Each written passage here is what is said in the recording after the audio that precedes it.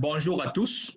Nous sommes particulièrement très heureux de voir que vous avez massivement répondu à l'appel de ce jour, en dépit du contexte un peu particulier que nous tous nous connaissons, qui est actuellement dominé par l'actualité autour de l'urgence sanitaire et sécuritaire mondiale que nous impose la pandémie liée à la COVID-19, d'ailleurs qui ne cesse de gagner en intensité au fil du temps. Donc, nous avons bon espoir en tant que communauté unie autour de la même cause, de venir rapidement à bout de cet important défi. Vous comprenez donc le plaisir légitime de l'IDSI, l'International Decision Support Initiative, et la communauté de pratique, évaluation des technologies de la santé, de Collectivity, de vous voir si nombreux prendre part à ce deuxième webinaire de leur série, dont le thème porte sur l'expérience de la Tunisie. Je suis donc Isidore Silenou. J'aurai le privilège, je dirais l'honneur singulier de modérer ce webinaire. Donc, au cours de notre premier webinaire, si vous vous rappelez, nous faisions le constat qu'il était important pour nous de lancer des actions. Nous avions alors fait des propositions d'actions qui incluaient, entre autres, le lancement d'une série de webinaires et la mise en place d'une communauté de pratique sur l'évaluation des technologies de la santé.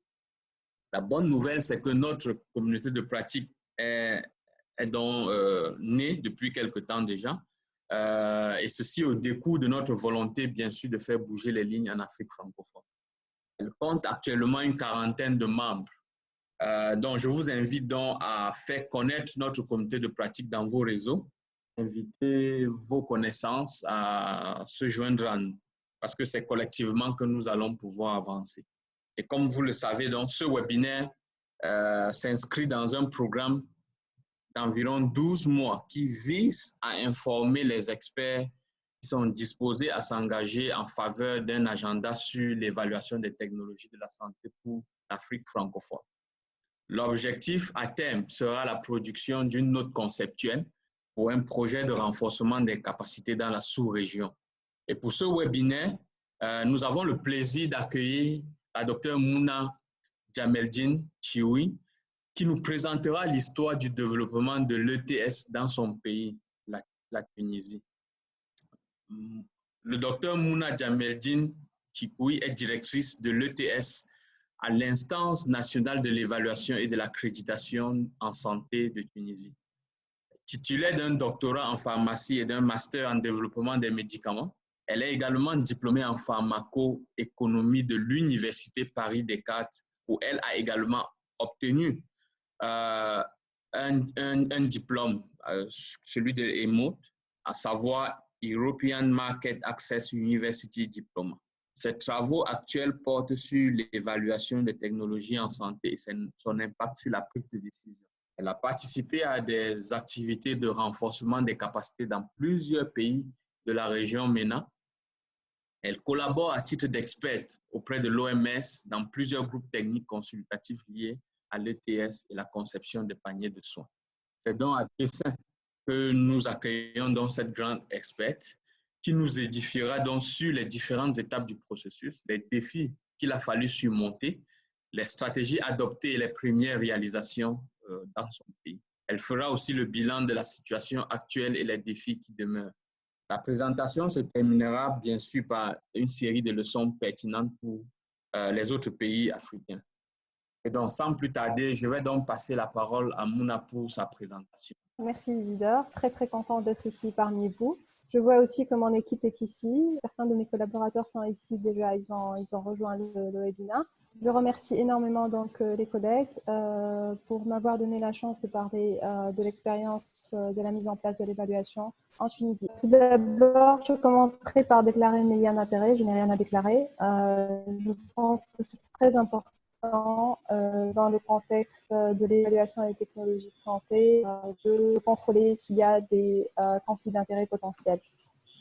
Voilà, donc la Tunisie, c'est ce petit pays au nord de l'Afrique. Donc, on est à peu près 11 millions d'habitants et il y a 7% dans le PIB qui est dépensé sur la santé. L'espérance de vie, elle est aux alentours de 74 ans. En fait, donc, l'INEA, L'instance nationale de l'évaluation et de l'accréditation en santé est une autorité publique scientifiquement de contribuer à une allocation efficace de ressources à travers l'évaluation des technologies de santé.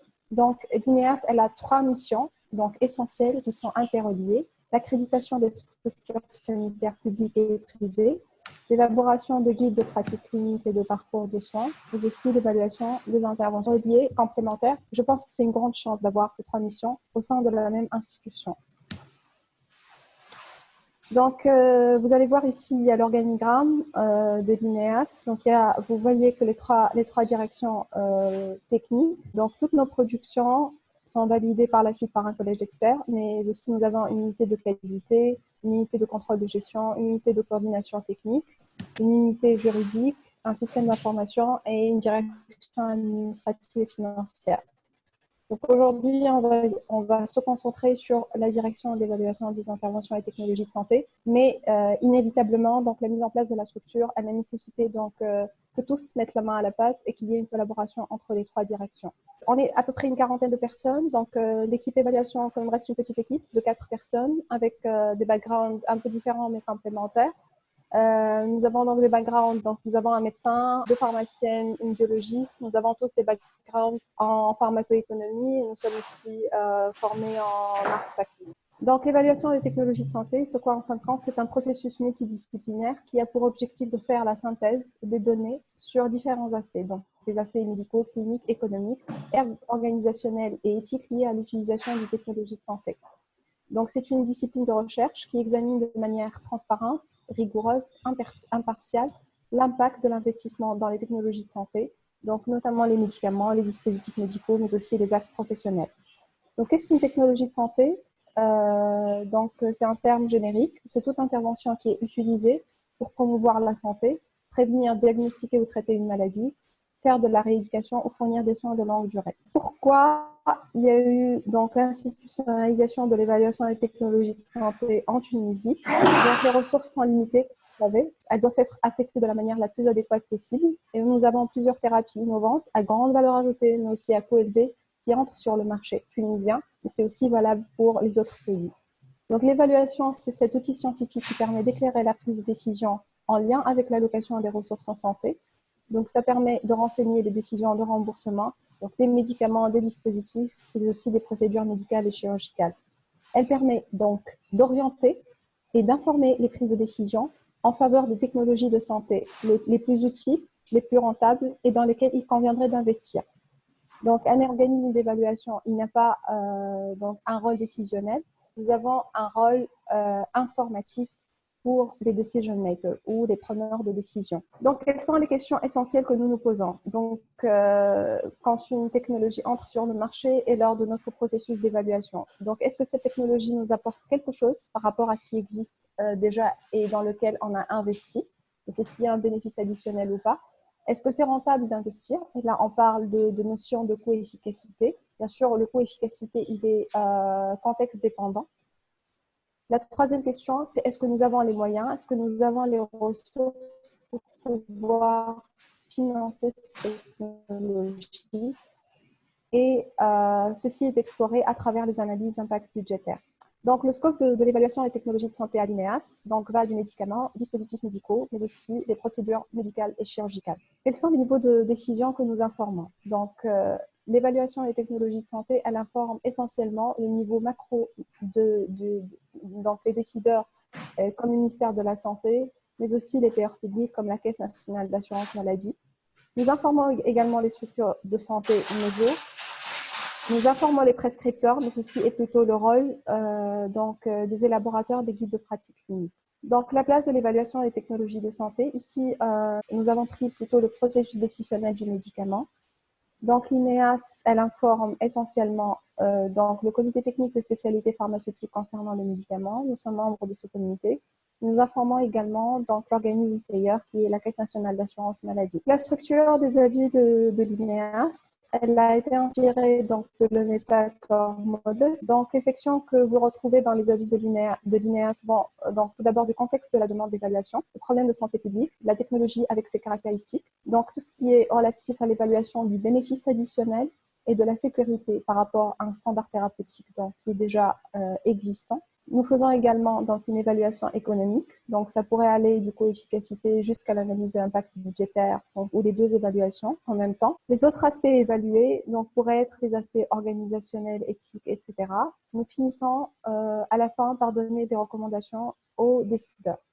Comment travaillons-nous? En fait, nous recherchons des données scientifiques qui analysent les résultats cliniques, économiques et organisationnels de chaque technologie. Nous faisons des révisions systématiques. Donc, finalement, à partir d'une information qui est confuse et éparpillée, nous estimons un effet dans notre population. Comment nous choisissons donc les technologies à évaluer? Donc, l'INEAS n'est pas un passage obligatoire lors de l'investissement dans les technologies de santé. Donc, nous essayons de prioriser donc, les thèmes sur lesquels nous travaillons. Tout d'abord, les personnes qui demandent une évaluation sont appelées à le faire à travers un formulaire qui existe sur le site de l'INEAS. Pour la priorisation, donc, nous avons prévu 2 commissions donc, qui définissent les sujets prioritaires à traiter dans les 6 mois. Nous avons mis en place un processus de priorisation qui se base sur les évidences. Nous avons formé donc, les décideurs, nous allons en parler plus tard, sur un outil donc, de priorisation qui se base sur des critères pondérés. Donc, ceci est le processus d'évaluation des technologies de santé à l'INEAS. Donc, ça part d'une demande, ensuite une priorisation. Par la suite, nous formons un groupe consultatif qui va déclarer ses liens d'intérêt. Nous faisons le cadrage du projet. Par la suite, nous collectons les données, donc en termes de que ce soit des données soumises ou la revue de la littérature. Par la suite, nous évaluons la qualité méthodologique des documents qui sont intégrés dans notre synthèse. Nous élaborons un draft qui va être par la suite revu donc, par des pairs, par des reviewers externes. Notre avis avant d'être publié, il est validé par le collège d'experts. Par la suite, nous publions et nous le communiquons à la partie qui l'avait demandé. Donc, ces étapes-là sont les mêmes que dans le processus que je viens de vous montrer. Comment les choses ont commencé en Tunisie? Donc ici, dans le graphique que vous voyez, il résume, je pense, les piliers qui sont importants à prendre en compte lors de la mise en place donc, de l'évaluation des technologies de santé dans un contexte donné. Tout d'abord, il faut une structure donc organisationnelle pour l'évaluation, avec la définition des technologies qui vont être le sujet de l'évaluation. Donc, la chose capitale, c'est le renforcement des capacités. Donc, l'évaluation, elle nécessite donc des personnes qui sont hautement qualifiées et qui font des formations d'une manière continue. Il est très important d'avoir des partenariats nationaux, une très bonne communication sur l'évaluation, sur les résultats de l'évaluation, afin de diminuer les résistances, mais aussi pour garantir donc un impact de l'évaluation sur la prise de décision. Il est très important donc d'être aussi dans le cadre de collaboration internationale afin de pouvoir donc renforcer ses capacités, mais aussi d'éviter donc de réinventer la roue, je dirais, par rapport à certaines technologies. Ça pourrait permettre un partage d'informations. Ça pourrait aussi améliorer les capacités en évaluation. Bien sûr, il faut avoir un processus clair, être transparent aussi sur la méthodologie et les timelines. Il faut aussi une base réglementaire qui va renforcer donc l'impact de ces évaluations sur la prise de décision plus tard. J'ai essayé de retracer un peu les dates importantes. Donc, je vous rappelle donc que l'INA Santé, en fait, donc le premier nom de l'INEAS était INA Santé, c'était Instance nationale d'accréditation en santé. Par la suite, le nom a été changé en 2018 pour l'INEAS pour intégrer justement la dimension donc évaluation des technologies de santé dans le nom de l'INEAS. Donc, le premier décret de création de l'INEAS, il est sorti en septembre 2012. Donc, il y a eu la nomination du premier directeur général en 2013, la constitution aussi de la première équipe de mise en place. Le premier conseil d'établissement s'est réuni en 2013. Par la suite, donc, il y a eu beaucoup de temps de réflexion stratégique. Donc, il y a eu beaucoup de temps de réflexion donc sur des roadmaps ou des stratégies pour mettre en place donc les 3 axes qui sont des axes nouveaux dans le pays, et ça va de l'accréditation au guide de pratique clinique, au parcours de soins, mais aussi de l'évaluation des technologies de santé. Donc, il y a eu l'organisation de 2 think tanks importants avec que ce soit des consultants nationaux, des experts internationaux, afin d'aider à élaborer d'une manière consensuelle et participative donc des stratégies pour les 3 axes. Entre 2013 et 2014, il y a eu aussi des visites à d'autres organismes semblables à l'INEAS. Il y a eu aussi donc une recherche de fonds pour le renforcement des capacités. Donc, il y a eu aussi la préparation d'un projet qui a été financé par l'Union européenne, qui a démarré en 2016 et qui va finir bientôt là en 2020, qui a permis donc de mettre en place des processus et de renforcer les capacités. Donc, je dirais le premier démarrage de l'évaluation des technologies de santé proprement dit a commencé avec une analyse des parties prenantes. Ça s'est passé entre avril et mai 2015. Ce que nous avons fait, c'est que grâce à l'aide d'un expert international, nous avons donc recherché la classification selon INATA.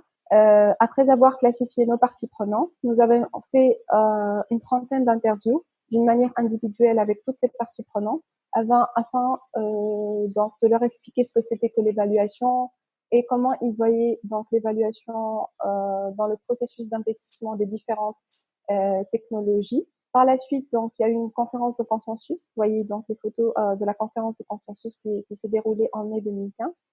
Donc, cette conférence de consensus, elle a permis d'engager les parties prenantes et la personne ressource donc, dès la mise en place, ce qui est vraiment un élément clé dans la mise en place de l'évaluation des technologies de santé.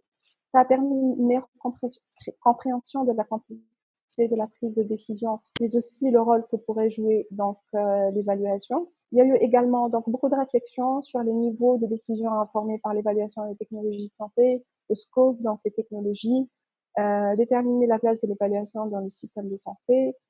Donc il y a eu également l'après-midi de cet atelier donc 5 ateliers différents pour réfléchir sur plusieurs axes.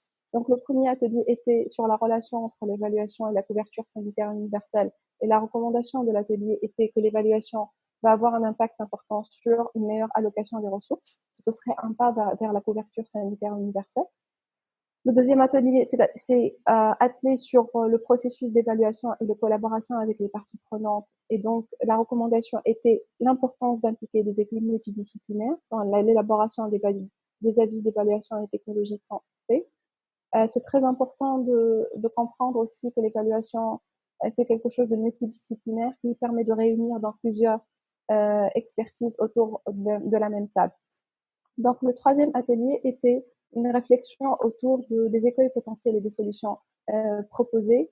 Et donc, la réflexion était orientée vers le fait qu'il faut que l'INEA soit complètement indépendante scientifiquement et que l'approche également participative permettrait de réduire la résistance et de mieux faire accepter les résultats de l'évaluation. L'organisation, le quatrième atelier, et donc il est sorti avec la recommandation qu'il faut définir un rôle clair de l'évaluation dans le système de santé tunisien. Et il y a eu aussi un atelier donc sur la place de l'évaluation sur le processus des médicaments et la recommandation. Et on est sorti avec le fait que l'évaluation va avoir un rôle important au niveau du processus de remboursement, mais aussi donc du pricing du médicament.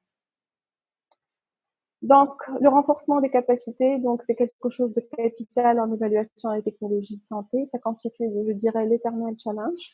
Donc, comme je l'avais dit, l'évaluation nécessite donc des personnes qui sont très qualifiées, qui sont compétentes, avec un renforcement continu de ces capacités. Mais aussi, donc quelque chose de très important est que le renforcement des capacités ne doit pas uniquement se focaliser sur les évaluateurs, mais aussi sur les décideurs, afin d'améliorer la compréhension de l'évaluation et l'intégration de ces recommandations dans la prise de décision. Donc ici, vous voyez les étapes clés en termes de renforcement des capacités, donc ce qui est propre à l'évaluation des technologies de santé. Donc il y a eu, je dirais, parmi donc les étapes clés, c'était tout d'abord le meeting de l'OMS-MRO qui s'est déroulé en décembre 2014, qui a réuni plusieurs pays de la région, qui a permis donc de rassembler des experts et de donner des idées par rapport à l'institutionnalisation de l'évaluation et des technologies de santé. On a pu aussi bénéficier donc de visites d'études à la Haute Autorité de Santé, mais aussi à OSTEBA, qui est l'agence basse d'évaluation et technologies de santé, en 2016. Une autre étape clé, je pense, c'est que le fait que l'INEA est devenu membre du réseau international des agences d'évaluation et technologies de santé en 2015. On a eu plusieurs formations, donc j'ai essayé de résumer ici. Donc à partir de fin 2016, il y a eu des formations action en recherche bibliographie, en analyse critique de la littérature et en adaptation aussi des avis d'évaluation et technologies de santé. Mais on a eu également donc des formations en revue systématique. On a eu aussi des formations avec le département guide de pratique clinique qui a permis donc de renforcer nos capacités dans des champs qui sont communs entre l'évaluation des technologies de santé et l'élaboration des guides de pratique clinique. Et ceci se déroulait entre 2016 et 2017. L'année 2017, on s'est concentré donc sur des axes généraux qui pourraient être utiles à toutes les technologies, allant de l'élaboration d'un formulaire de demande, cadrage, élaboration d'un guide méthodologique, aussi donc pour l'évaluation, la mise en place d'un processus de priorisation avec des outils scientifiques. Donc, il y a un outil PRITEC, donc sur lequel on avait formé aussi les parties prenantes et décideurs. Ça s'est déroulé fin 2017. Vous voyez ici le guide donc, pour l'élaboration d'analyse d'évaluation des interventions en technologie de santé qui résume les étapes qui sont importantes, qui permet d'accompagner les évaluateurs de l'INEAS dans le processus d'élaboration d'un avis d'évaluation. Ceci est un guide interne. Nous avons également élaboré un guide de réflexion sur l'acquisition de technologies innovantes et ceci s'adresse essentiellement donc aux structures de santé afin de pouvoir informer le niveau méso de décision.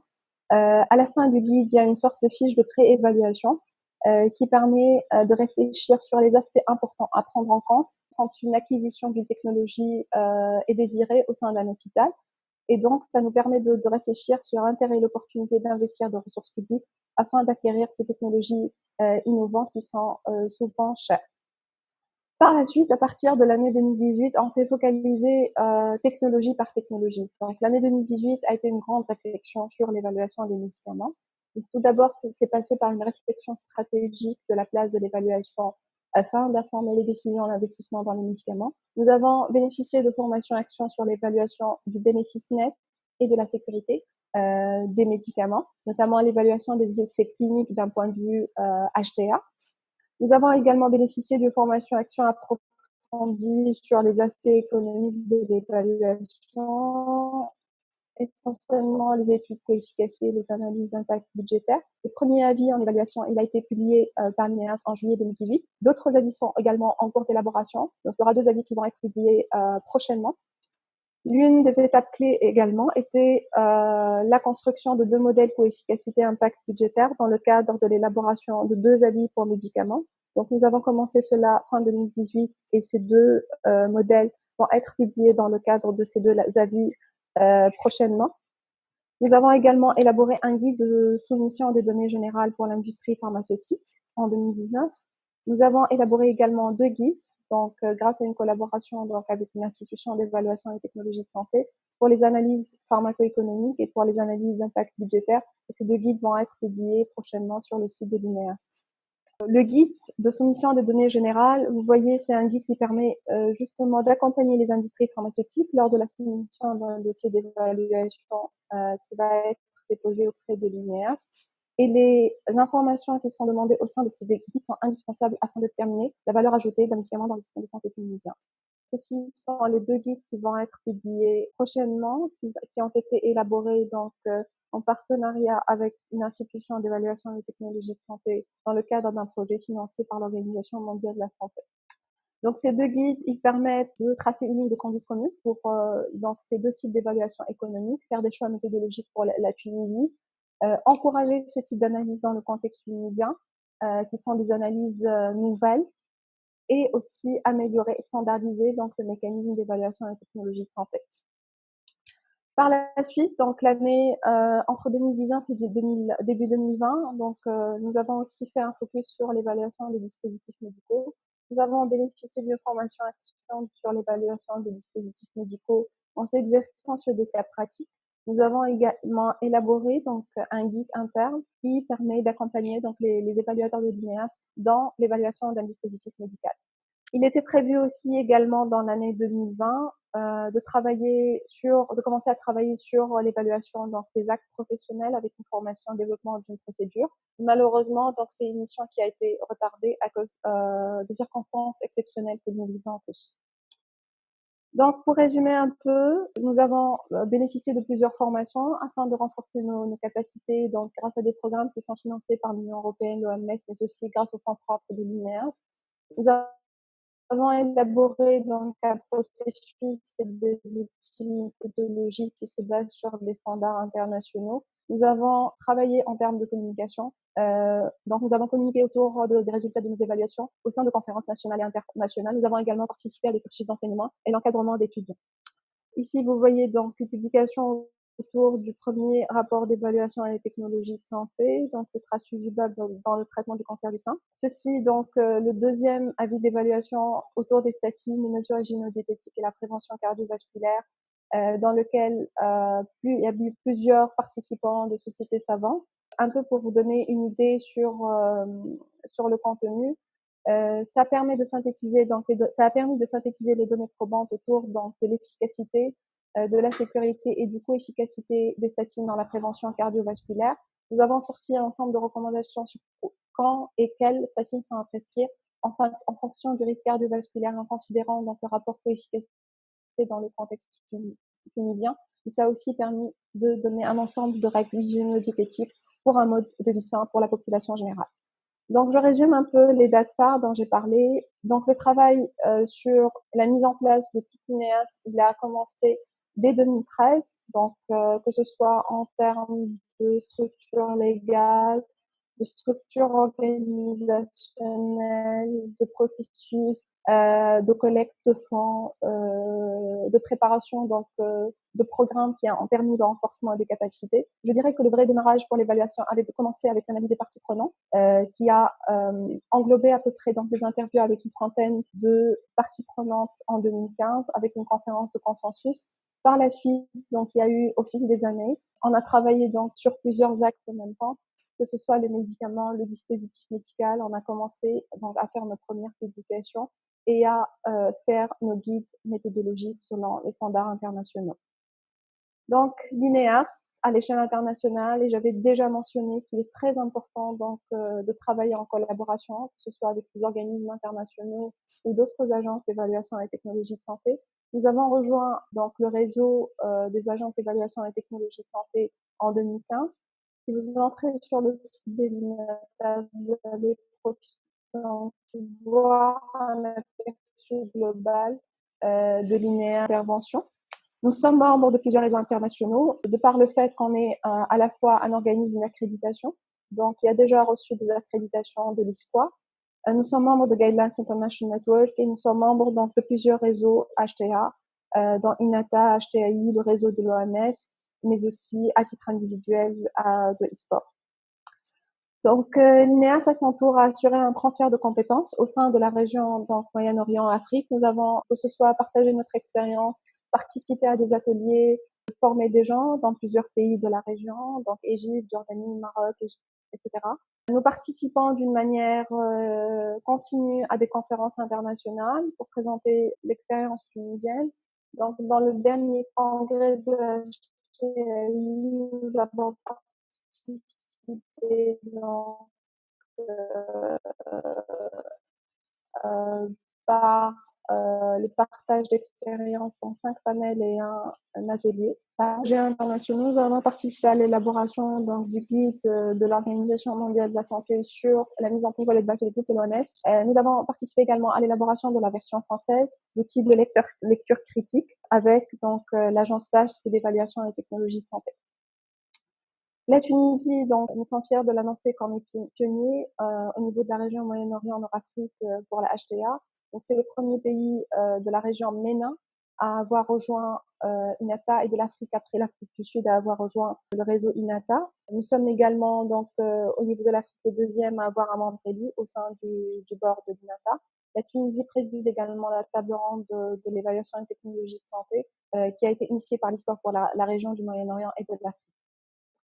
Donc, une publication qui est apparue, donc un paper sur lequel on a travaillé avec d'autres collègues, donc essentiellement du Middle East, qui a été publié dans Frontiers in Pharmacology. Nous avons évalué donc la mise en place de l'ETS dans les différents pays de la région MENA, donc par rapport à le renforcement de capacité, par rapport au fait d'avoir une base réglementaire, au financement, à la qualité et transparence. Et nous sommes donc sortis avec un ensemble de recommandations que je vous envoie. Donc, il est clair qu'il est important d'avoir une base réglementaire pour l'évaluation des technologies de santé. Il est important également d'avoir un financement suffisant de l'évaluation des technologies de santé. Donc, l'évaluation doit se focaliser non seulement sur une technologie particulière, mais doit étendre son champ d'intervention à plusieurs technologies. Il est important d'avoir des avis de qualité qui répondent donc à des normes internationales. Il est important d'être transparent sur son processus d'évaluation et d'être transparent également sur les timelines. Il est important d'être crédible donc là-dessus. La disponibilité des données locales est toujours sortie comme un problème et comme un challenge.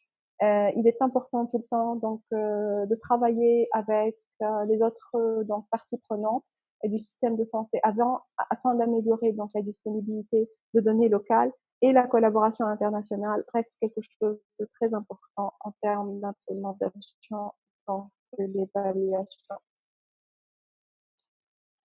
Pour la Tunisie, donc the way forward, le renforcement des capacités, la collaboration avec les parties prenantes. Nous collaborons donc dans l'élaboration de nos avis essentiellement donc avec des spécialistes en statistiques, des spécialistes en épidémiologie, mais aussi des cliniciens en fonction du thème. Mais cette collaboration, elle devrait s'étendre donc à un maximum de spécialités, parce que donc les avis d'évaluation sont des avis qui regroupent ou qui se basent sur plusieurs expertises à la fois. Il est important d'étendre ces activités. Comme j'ai dit, nous voudrions travailler dans le futur plus sur les dispositifs médicaux, sur les actes professionnels. Le développement des données locales, j'en ai déjà parlé.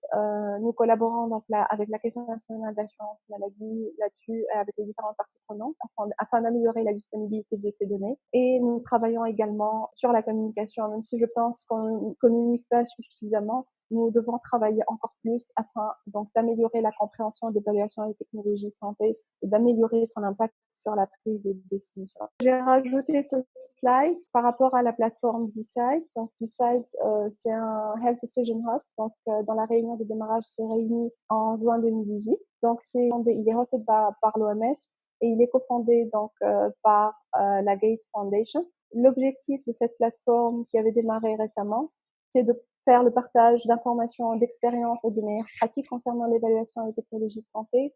C'est de faciliter la collaboration, c'est de faciliter le travail collaboratif entre experts d'évaluation, mais aussi entre les professionnels de santé qui souhaitent développer l'évaluation des technologies de santé dans leur pays. Et c'est une plateforme qui facilite donc la recherche d'outils, de guides, mais aussi d'experts. Et donc, je vous invite à visiter donc cette plateforme et de vous inscrire dessus.